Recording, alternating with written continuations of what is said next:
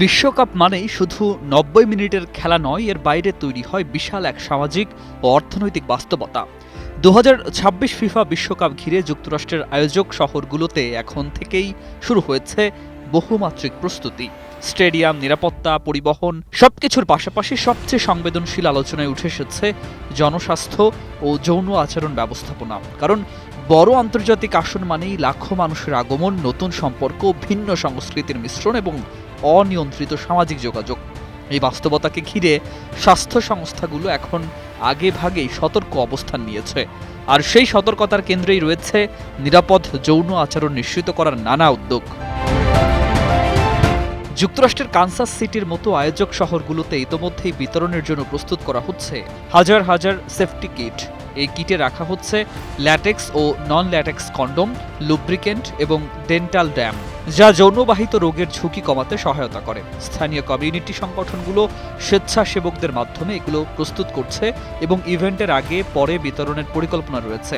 স্বাস্থ্য কর্মকর্তাদের যুক্তি, এত বড় ক্রীড়া আসরে মানুষের চলাচল ও সামাজিক সংযোগ স্বাভাবিকভাবেই বেড়ে যায়, ফলে এসটিআই বা যৌনবাহিত সংক্রমণের ঝুঁকিও বাড়তে পারে, যা প্রতিরোধ করা জরুরি।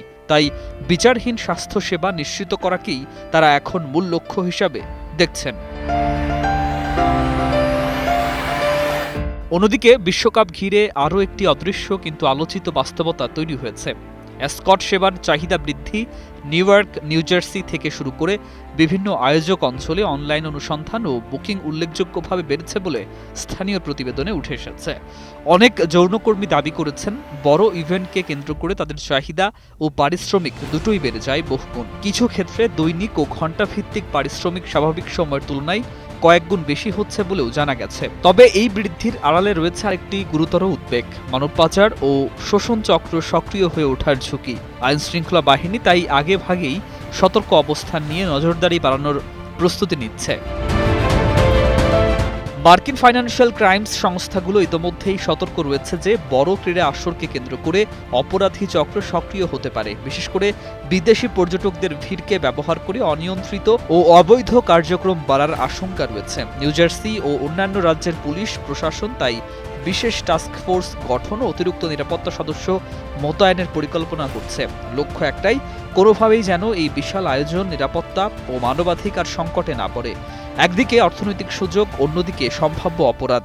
এই দুই বিপরীত চাপের মাঝেই তৈরি হচ্ছে নীতি নির্ধারণের চ্যালেঞ্জ।